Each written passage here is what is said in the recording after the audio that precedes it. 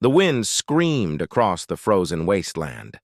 Snow fell so thick that Dae-sung could barely see 3 feet ahead. He pulled his coat tighter and kept walking. The temperature reading on his wrist device showed -40 degrees, cold enough to kill a man in minutes without proper gear. Dae-sung was a scientist. He studied alien animals on distant planets. This planet was called Frost Ridge, and it was one of the coldest places humans had ever settled.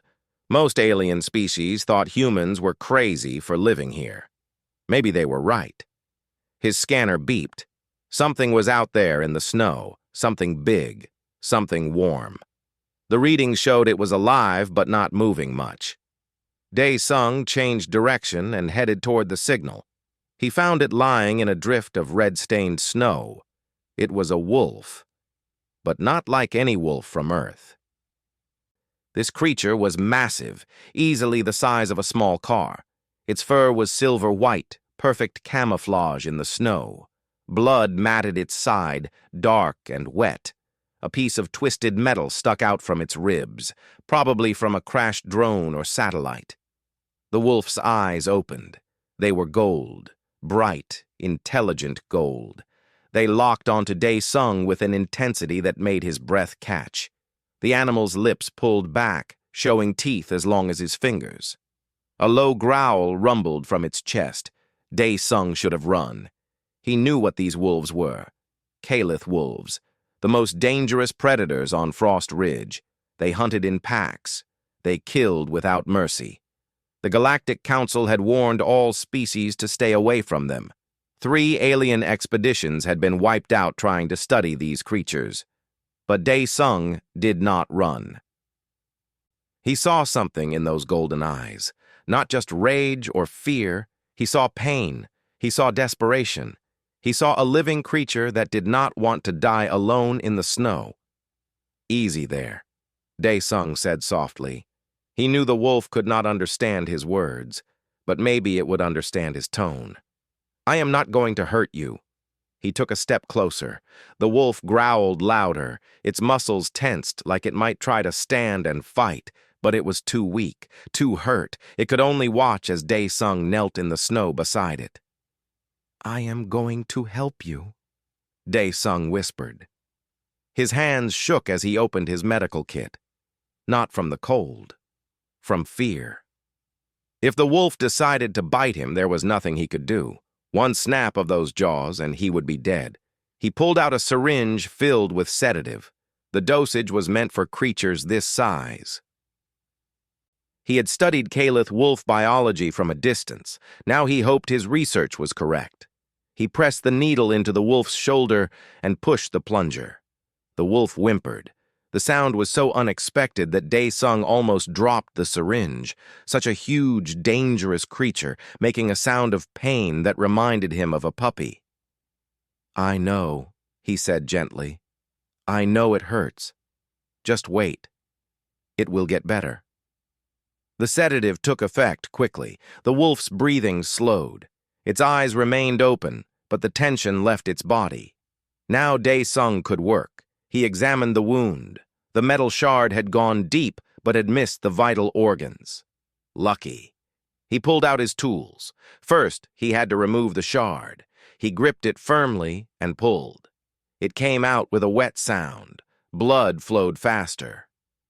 The wolf made another whimpering sound, but did not move. Dae-sung worked quickly. He packed the wound with biofoam that would stop the bleeding and help it heal. Then he injected antibiotics designed for alien biology. He covered everything with a synthetic bandage that would dissolve as the wound healed. "There," he said, sitting back in the snow. His hands were covered in blood. His heart pounded in his chest. "You will live." The wolf's golden eyes followed him, watching, always watching. Then, slowly, the eyes closed. The creature's breathing became steady and deep. It was sleeping. Dae-sung knew he should leave. The wolf was stable. It would probably survive now. He had done what he could, but something made him stay. He sat there in the snow, watching over the sleeping predator like a guardian. The sun began to set. The temperature dropped even more. Dae-sung's suit heaters worked overtime to keep him alive. He checked the wolf's vital signs with his scanner. Heart rate was good, body temperature was stabilizing. It would be okay. Finally, after nearly 2 hours, Dae-sung stood up. His legs were stiff from sitting in the cold. He took one last look at the wolf. It was still sleeping peacefully. "Good luck," he said. Then he turned and started the long walk back to the human outpost. He did not see the eyes watching him from the trees. Dozens of pairs of golden eyes. The wolf pack had been there the whole time. They had watched the human approach their fallen packmate. They had watched him help instead of harm. They had seen everything. The wolves did not attack. They simply watched as the human disappeared into the falling snow. That night, Dae-sung filed his report. He wrote about finding the injured wolf. He wrote about treating it. His supervisor was not happy. "You took a huge risk," the supervisor said over the video call. "Those wolves are extremely dangerous. You could have been killed." "But I was not," Dae-sung replied, "and the wolf will live." "Let us hope it does not come back looking for revenge," the supervisor said. Then he ended the call. Dae-sung sat alone in his small room at the outpost. Through his window, he could see the dark forest beyond the fence. Somewhere out there was the wolf. Was it awake now? Was it back with its pack? Would it remember the human who had helped it? He had no way of knowing, but something in those golden eyes had told him this encounter would not be forgotten. 3 weeks passed. Dae-sung went about his normal work. He collected samples. He monitored wildlife. He wrote reports. Life at the outpost was quiet and routine. But something had changed. The wolves that usually stayed far from the human settlement were now visible at the tree line. They did not approach the fence. They did not threaten anyone. They just watched. Dae-sung noticed one wolf in particular. It was larger than the others. Its silver fur caught the light differently, and it had a scar on its side, a scar exactly where Dae-sung had treated a wound. The wolf stood at the edge of the forest every evening. Its golden eyes were always fixed on the outpost, on Dae-sung's building. The other scientists noticed too. "Why are they watching us?" someone asked during dinner. "Maybe they are deciding if we taste good," another joked nervously. But Dae-sung said nothing. He looked out the window at the scarred wolf and thought he understood. The wolf had not come for revenge. It had come to watch over the human who had saved its life. The wolf who never forgot. And in that moment, Dae-sung realized he had changed something fundamental on this frozen world. He had built a bridge between two species. He did not know where that bridge would lead, but he knew somehow that nothing would ever be the same again. 6 months had passed since Dae-sung saved the wolf. Life at the outpost continued, but everything felt different. The wolves were always there now, watching from the tree line. They never came closer than 50 meters from the fence. They never showed aggression. They just watched. The other scientists were nervous. "This is not normal behavior," said Dr. Hana, the expedition leader. She was a stern woman who did not like surprises. "Calith wolves are territorial. They should be attacking us or driving us away. Instead, they sit and stare." Dae-sung had his own theory, but he kept quiet. He knew the others would think he was crazy. Then the news came from the Galactic Council. Dae-sung sat in the conference room with the other humans watching the holographic broadcast. Ambassador Talon appeared before them. He was a Vrexian, tall and imposing, with 4 arms and skin that looked like purple crystal. "The Council has made a decision," Talon announced. His voice was formal and cold. "The human colony on Frost Ridge will be evacuated. This decision is final." The room erupted in protests. Dr. Hana stood up. "On what grounds? We have followed all protocols." "We have not violated any regulations." "The Calith wolf population has become too aggressive," Talon replied. 3 survey teams from other species have been attacked in the past 2 months.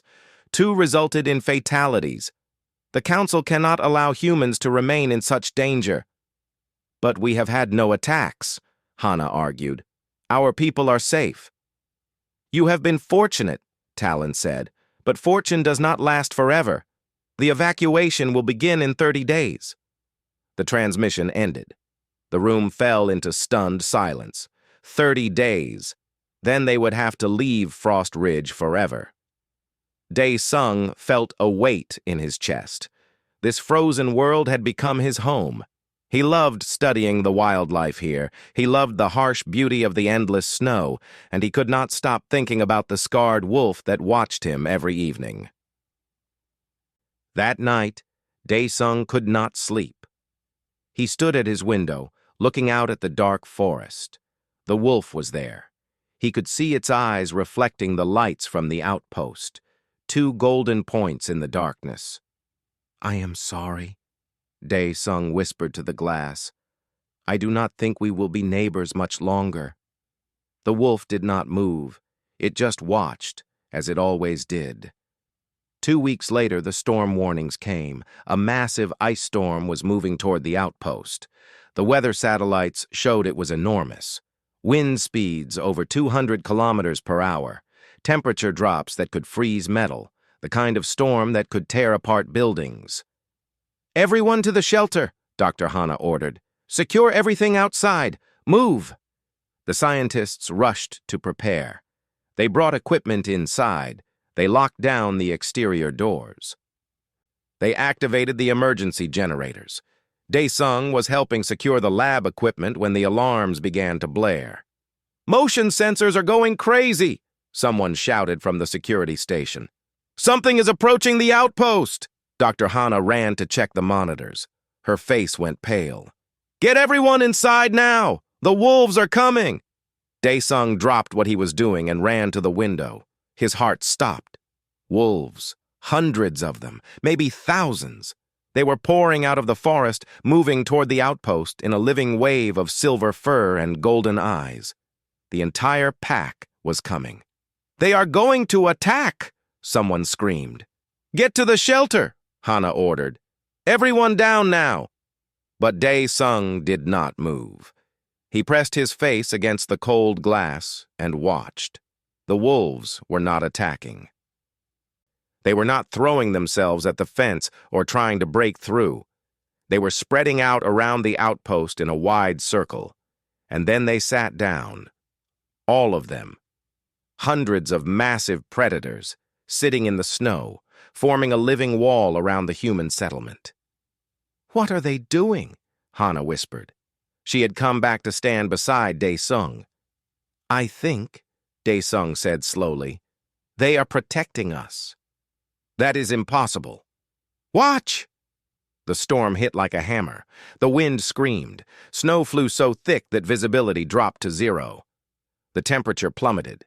The outpost buildings groaned under the force of the wind. And the wolves stayed. Through the swirling snow, Dae Sung could see their shapes. They had pressed closer to the buildings. Their bodies created a barrier against the wind.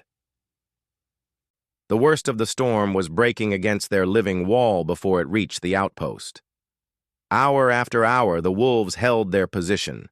They did not retreat to shelter. They did not abandon their posts.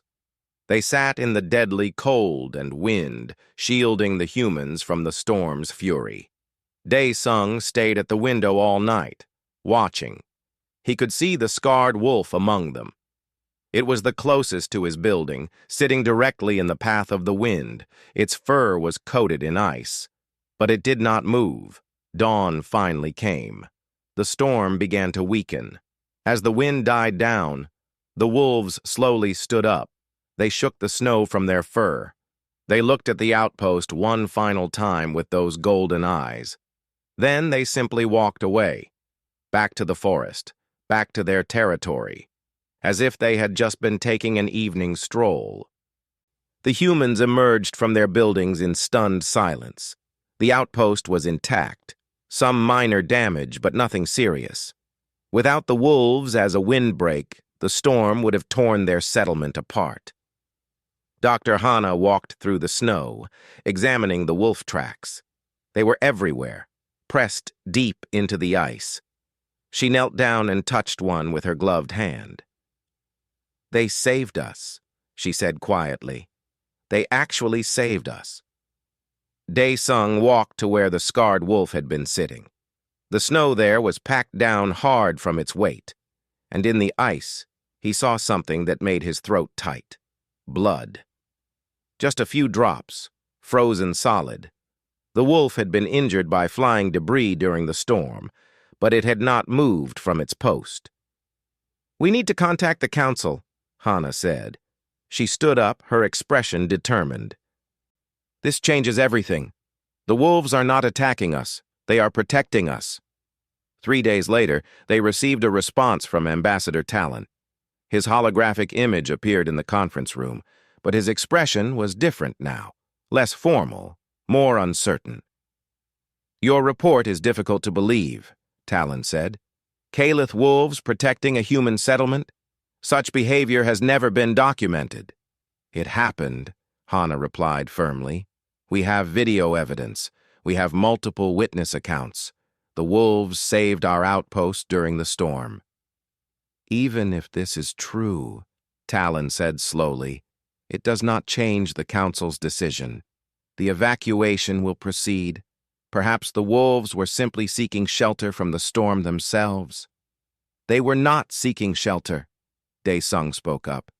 Everyone turned to look at him. "They were repaying a debt." "Explain," Talon demanded. Dae-sung told him about the injured wolf, about removing the metal shard and treating the wound, about how the wolves had been watching the outpost ever since, about the scarred wolf that appeared every evening. Talon was silent for a long moment. "You are suggesting these creatures are capable of gratitude, of recognizing and repaying kindness?" "I am not suggesting it," Dae-sung said. "I am telling you what happened." "Impossible," Talon said. "Calith wolves are predators, animals. They do not form bonds with other species." "Then explain what we saw," Hana challenged. Talon had no answer. Finally, he said, "I will bring this information to the council, but do not expect the evacuation to be canceled, even if you are correct. Policy cannot be changed based on the actions of one wolf." The transmission ended. The humans looked at each other. 30 days had become 20 days. Time was running out. That night, Dae-sung returned to his window. The scarred wolf was there, as always, watching. "Thank you," Dae-sung said softly, "for saving us. I wish I could make them understand." The wolf's golden eyes seemed to glow in the darkness, and for just a moment, Dae-sung could have sworn it nodded. The evacuation ships arrived exactly on schedule. 3 massive Federation carriers hung in orbit above Frost Ridge like dark moons. Their presence made the human scientists nervous. This was really happening.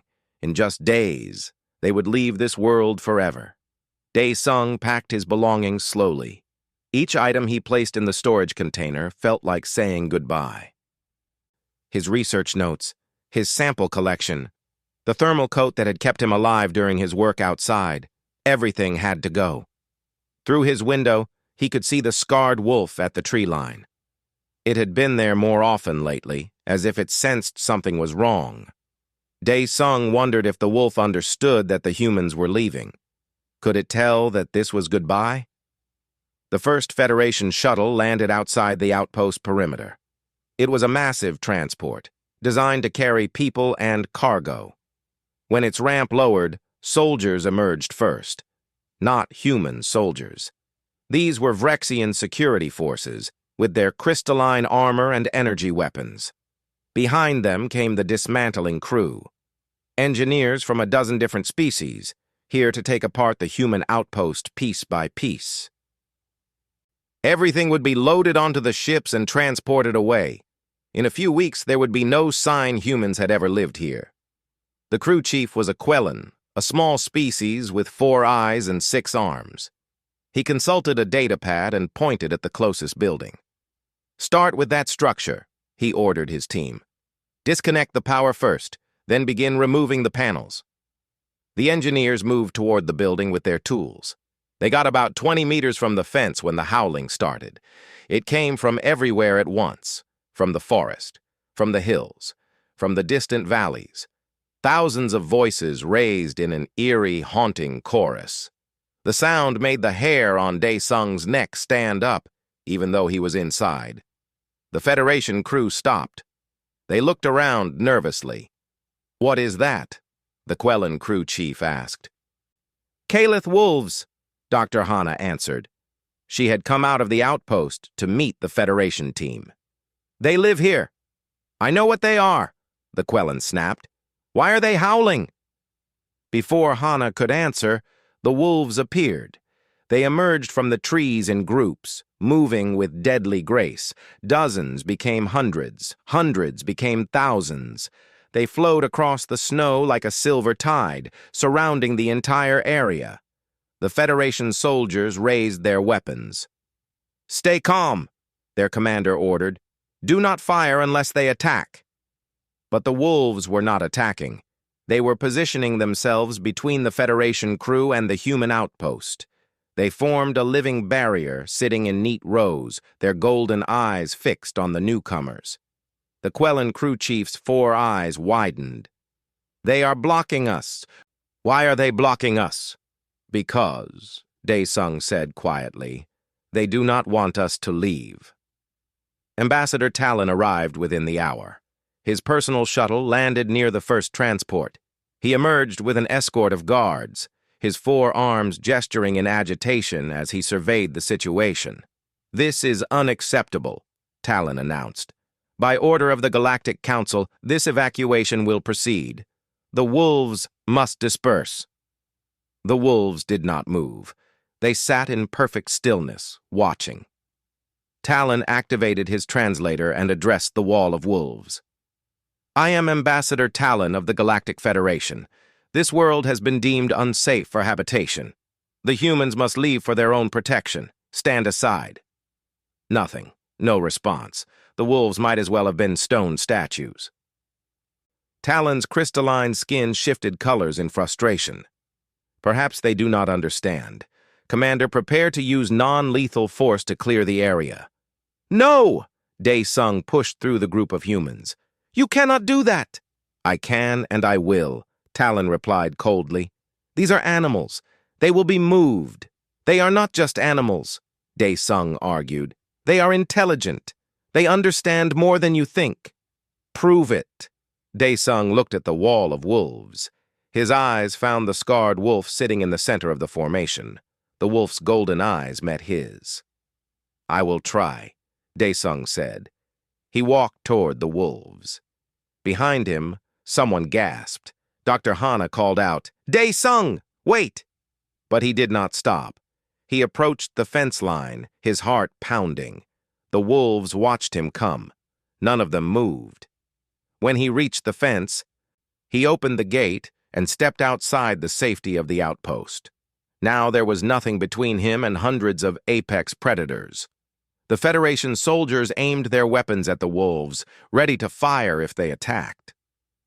Talon started to object, but Dr. Hana held up her hand. "Let him try," she said. Dae-sung walked slowly through the snow. The wolves parted to let him pass, creating a path. He walked to the center of their formation, where the scarred wolf sat. Up close, the wolf was even more massive than he remembered. Its shoulders were level with his chest. The scar on its side was visible through the silver fur, a reminder of the day they met. Dae-sung knelt in the snow. He was vulnerable here, completely at the wolf's mercy. If it decided to attack, he would die before anyone could help him. "Do you remember me?" Dae-sung asked softly. "I helped you. I took the metal out. I made the pain stop." The wolf's ears swiveled toward him. Its golden eyes were intense, focused. "These people want to take us away," Dae-sung continued. "They think we are in danger here. They do not understand that you have been protecting us." He reached out slowly, His hand trembled as he extended it toward the wolf's head. This was insane. He was about to touch a predator that could bite his arm off without effort. His fingers made contact with the wolf's fur. It was coarse and thick, still cold from sitting in the snow. The wolf did not pull away. It did not growl or snap. It simply sat there, letting the human touch it.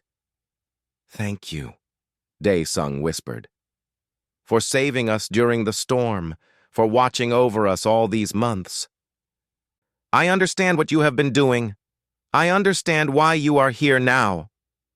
The wolf made a sound, not a growl, something softer, almost like a whine.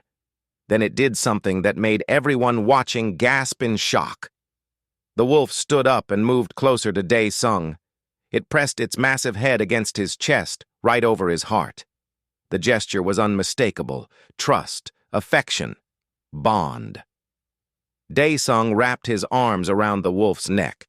Tears ran down his face, freezing on his cheeks in the cold air. "I do not want to leave you either," he said. Behind him he heard voices, arguing. Talon was speaking with other Federation officials who had arrived. Then someone new spoke, a female voice he did not recognize. "This is remarkable," the voice said. "Absolutely remarkable." Dae-sung turned, still holding on to the wolf. A new alien had arrived. She was a Quithan, a species known for their scientific knowledge. Her name badge identified her as Velma. "I am scanning them right now," Velma continued, holding up a device. "The neural patterns in these wolves are far more complex than our previous studies indicated. Ambassador Talon, they are not operating on instinct. They are making conscious, deliberate choices." "That does not change anything," Talon insisted. "It changes everything." Velma's excitement was clear. "Do you not see what is happening? This wolf has recognized the human. It remembers being helped. It has communicated that memory to its pack. And now they are engaging in cooperative protective behavior. This is not animal behavior. This is sapient behavior." "One incident does not prove sapience," Talon argued. "Then explain this," Dr. Hana said. She had pulled up video footage on a portable display. "This is from the ice storm 2 weeks ago. Watch." The video showed the wolves taking positions around the outpost. It showed them holding those positions through the entire storm. It showed them shielding the buildings with their own bodies. "They understood the storm was dangerous," Hana explained. "They understood the humans needed protection. They deliberately positioned themselves to create windbreaks. They stayed there despite injury. Ambassador, that requires planning, understanding, intelligence." Velma nodded enthusiastically. "And look at their current formation. They are not randomly scattered. They have organized themselves into a defensive perimeter with overlapping fields of coverage. This is military-grade tactical positioning." Talon was silent. His crystalline skin cycled through several colors. Finally, he spoke. "Even if I accept your interpretation, the Council's order stands. The humans must be evacuated." The scarred wolf suddenly pulled away from Dae-sung. It turned to face Talon directly. Then it walked forward, moving through its own pack. The other wolves parted to let it pass. It stopped just a few meters from the ambassador. Talon's guards raised their weapons. "Do not move, Ambassador!" But Talon held up a hand. "Wait!" The wolf sat down. It looked up at Talon with those intelligent golden eyes. Then it turned its head to look back at Dae-sung. It looked at the outpost, then back to Talon. It repeated this sequence 3 times. "It is showing us something," Velma breathed. "A referential gesture. It is directing Talon's attention to the human and the settlement." "What is it trying to say?" someone asked. Dae-sung understood. "It is telling you that we belong together, that the humans are part of its territory now, part of its pack." The wolf's eyes met Talon's one more time, then it stood and walked back to Dae-sung, resuming its position beside the human. Talon stood in silence for a long time. The only sound was the wind whistling across the snow. The standoff lasted 3 days. The Federation ships remained in orbit, their crews waiting for orders. The wolves remained in their positions around the outpost, refusing to move. The humans stayed inside, uncertain of what would happen next. The Galactic Council convened in emergency session. It was the fastest meeting ever called. Representatives from 200 species gathered in the massive council chamber on the capital station. The matter was too important to delay. Daesung stood in the center of the chamber. Not physically. His body was still on Frost Ridge. But his holographic projection appeared before the most powerful beings in the galaxy, surrounded by rising tiers of seats filled with alien counselors. He felt very small. Human Daesung, the council speaker began. She was an ancient Zoltrine, a species that lived for thousands of years. Her voice was like dry leaves rustling. You have been called to explain your actions. You violated first contact protocols with a dangerous species.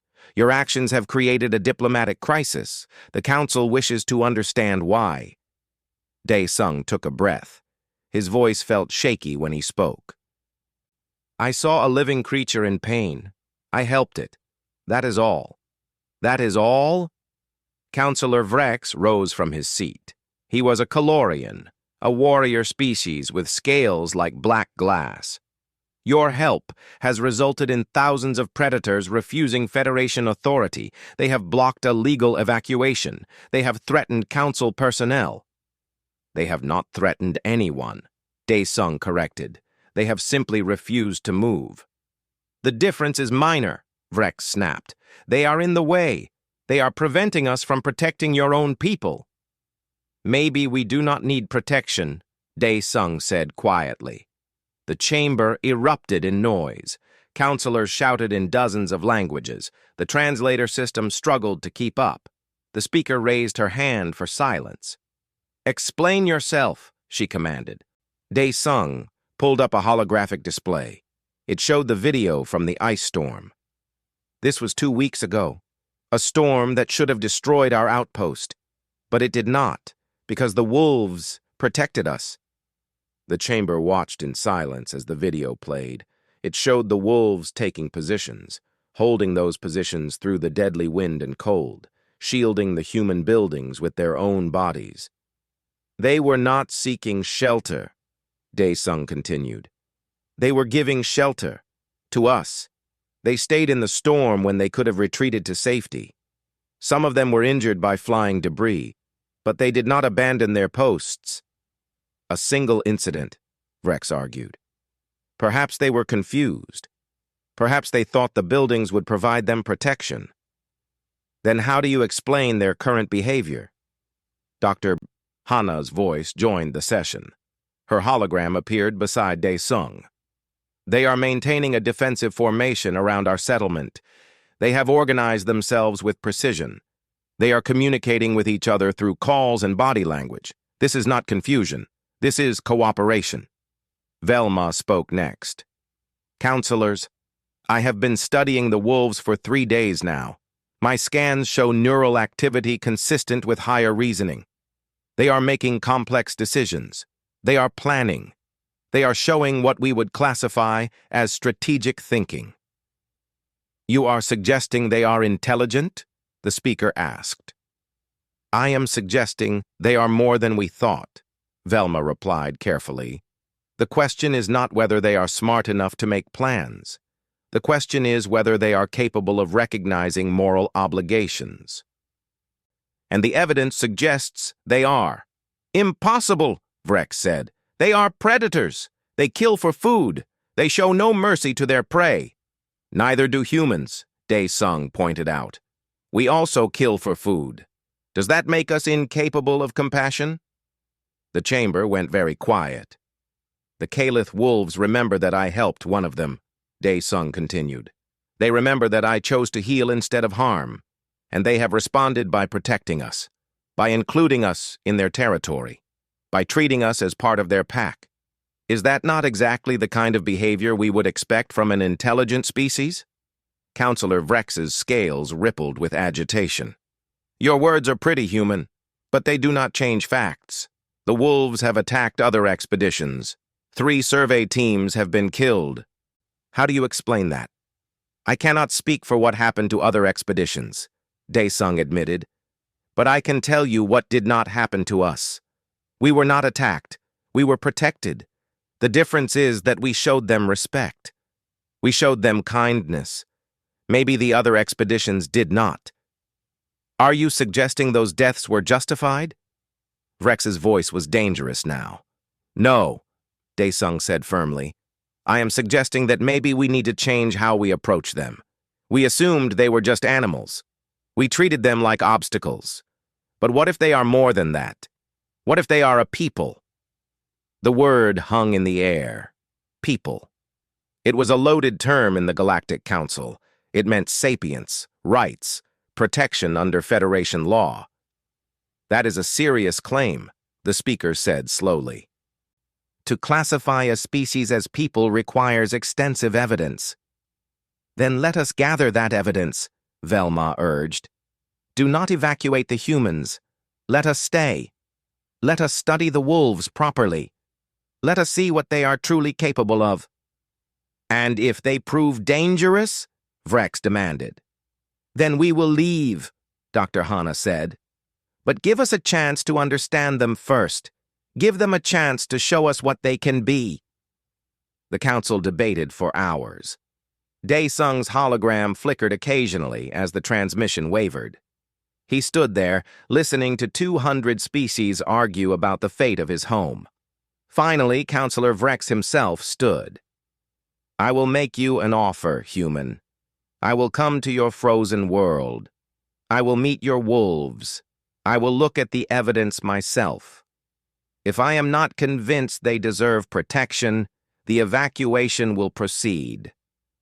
But it will not proceed peacefully. We will use force if necessary. And if you are convinced, Daesung asked. Vrex's black scales glittered. Then I will be the first to argue for their recognition. But I do not expect to be convinced. I think you are seeing what you want to see. I think you are attributing meaning to instinct. Come and see for yourself, Daesung said. 3 hours later, Counselor Vrex's personal ship entered Frost Ridge's atmosphere. It was a military vessel, armed and armored. It landed outside the wolf perimeter with a thunder of engines. The wolves watched but did not move from their positions. They had been sitting in the snow for 3 days now. They should have been hungry, tired, but they remained at their posts like disciplined soldiers. Vrex emerged from his ship in full ceremonial armor. It was black and gold, marking him as a high-ranking Calorian warrior. He was flanked by guards carrying heavy weapons. His presence was meant to be intimidating. He surveyed the scene with his sharp eyes, the outpost, the wolves, the humans watching from windows. Where is the one you saved? He asked. Daesung had been waiting at the fence. In the center, the one with the scar. Vrex looked at the massive scarred wolf sitting calmly in the snow. That creature could kill me in seconds. Yes, Daesung agreed, but it will not. You have great faith in an animal. I have great faith in someone who saved my life, Daesung corrected. Vrex was silent for a moment. Then he did something unexpected. He deactivated his armor's defensive field. The energy barrier that protected him from harm flickered and died. Now he was just a soldier in armor, no longer invulnerable.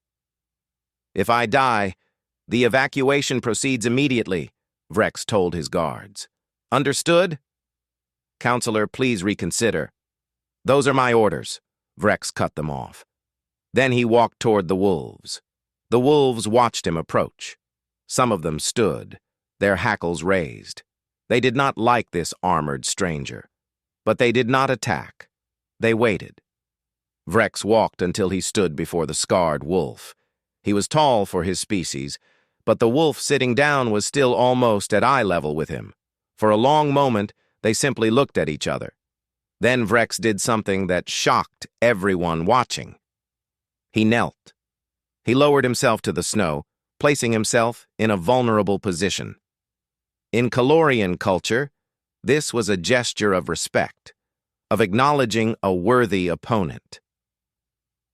"They tell me you are intelligent," Vrex said. His translator broadcast the words. "They tell me you remember kindness. They tell me you protect those who have helped you." The scarred wolf tilted its head, listening. "I do not believe them," Vrex continued. "I think you are simply a clever animal. I think you act on instinct, not thought. Prove me wrong." The wolf stood slowly. It was even larger standing up. It could easily reach Vrex's throat. The Calorian's guards tensed, ready to fire, but the wolf did not attack. Instead, it walked forward until it was directly in front of Vrex. Then it did something extraordinary. It lowered its head and pressed its forehead against Vrex's chest plate, right where a Calorian's heart would be, a gesture of trust. A gesture that was eerily similar to the Calorian respectful greeting that young warriors gave to elders. Vrex's scales changed color rapidly, cycling through emotions: shock, confusion, wonder. "It knows," Velma whispered over the comm channel. It understood his posture. It responded with a gesture of peace. The wolf stepped back. Then it turned its head toward the outpost, toward Dae-sung, then back to Vrex. The message was clear. "We protect them. They are ours."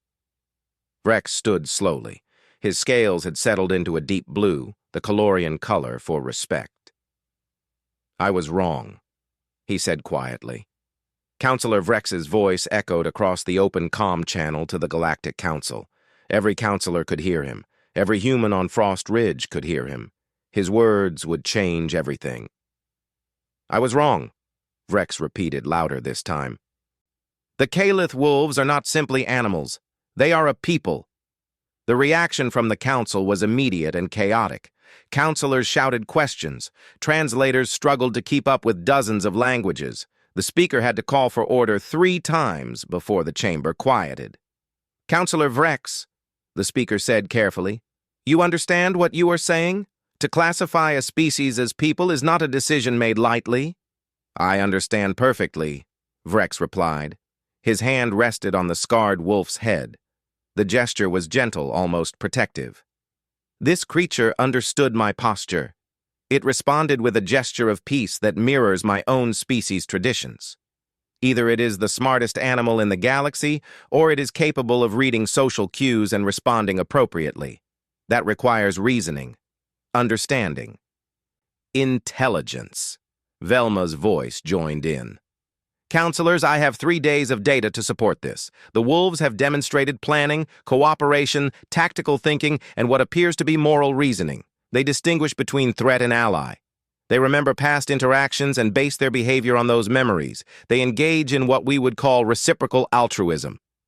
"What does that mean?" asked a counselor from a species Dae-sung did not recognize. "It means they return favors," Velma explained. "The human helped one of them, so they protect all the humans. That is not instinct. That is a moral framework." "But they have killed," Vrex's own voice reminded them. 3 expeditions were attacked. Deaths occurred. "Yes," Velma agreed. "Just as humans kill when threatened. Just as Calorians kill to defend their territory. The wolves saw those expeditions as invaders, as threats.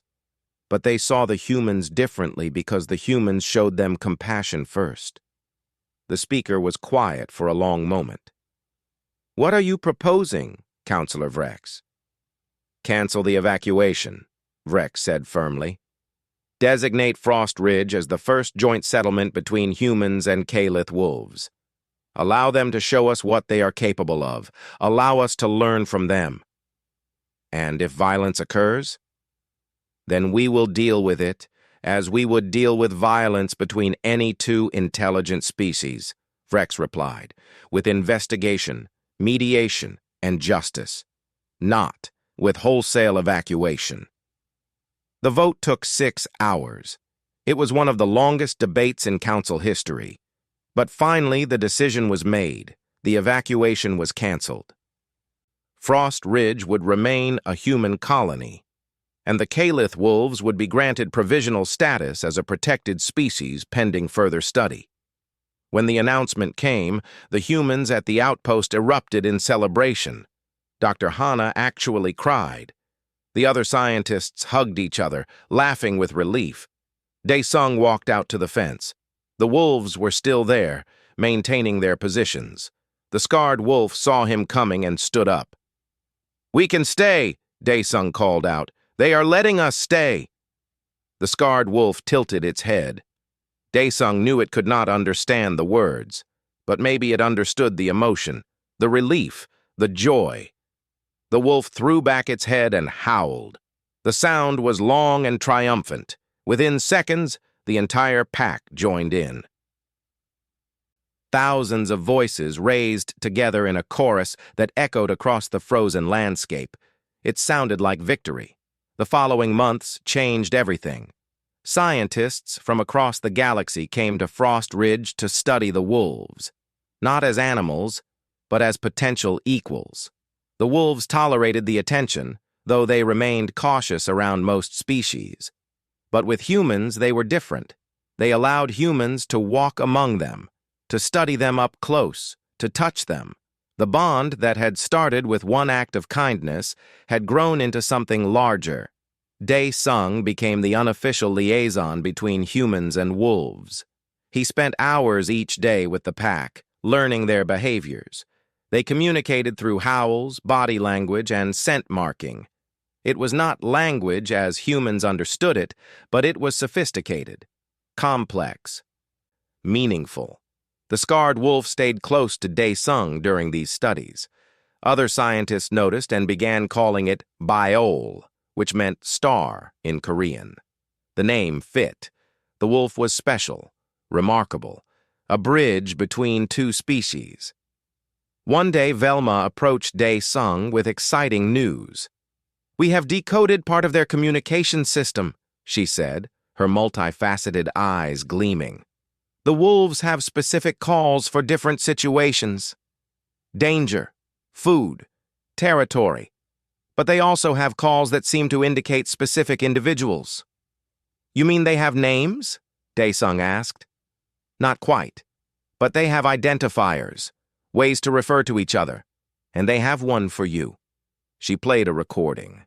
It was a specific pattern of howls and yips, not long but distinctive. "They use this sound when they are talking about you or calling for you," Velma explained. "You are part of their pack now. They have claimed you." Dae-sung felt his throat tighten with emotion. He looked at Biol, who sat nearby listening. "Did you give me a name?" he asked the wolf. Biol's tail wagged once. Just once, but it was enough. The joint settlement program officially began 6 months after the evacuation was canceled. Human engineers worked with wolf packs to establish boundaries, to create shared territories, to build understanding. It was not always easy. There were misunderstandings. There were conflicts. Once a young wolf chased a human child, thinking it was playing.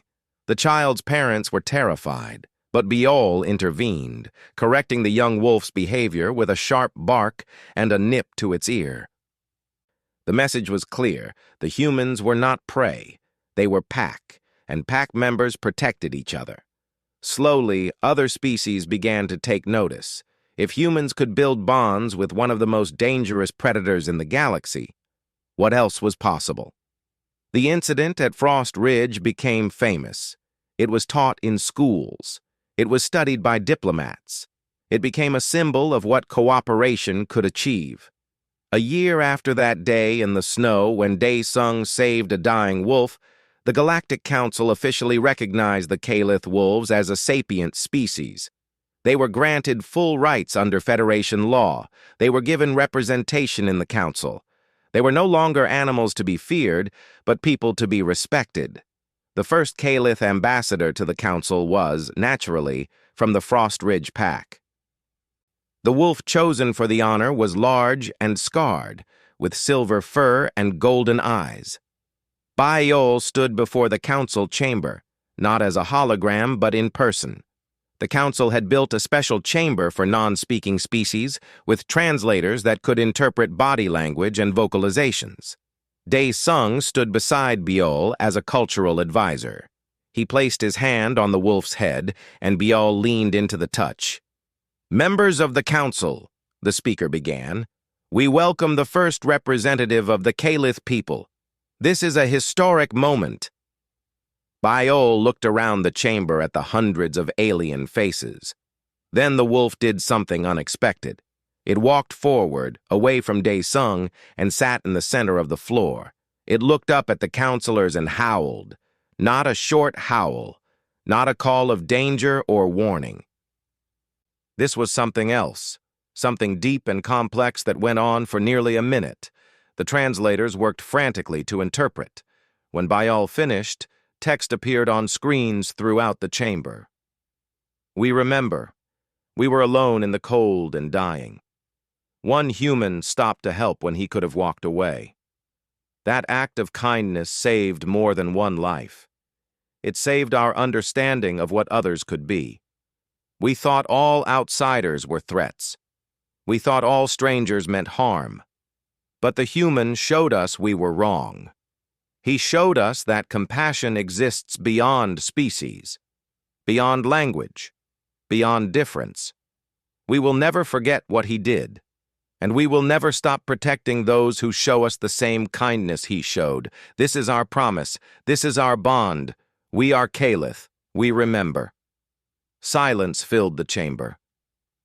Even Counselor Vrex, who rarely showed emotion, had his scales shifting through colors. The speaker finally spoke. "Welcome to the Galactic Council, Ambassador Biol. Your people have earned their place here." Biol walked back to Dae Sung.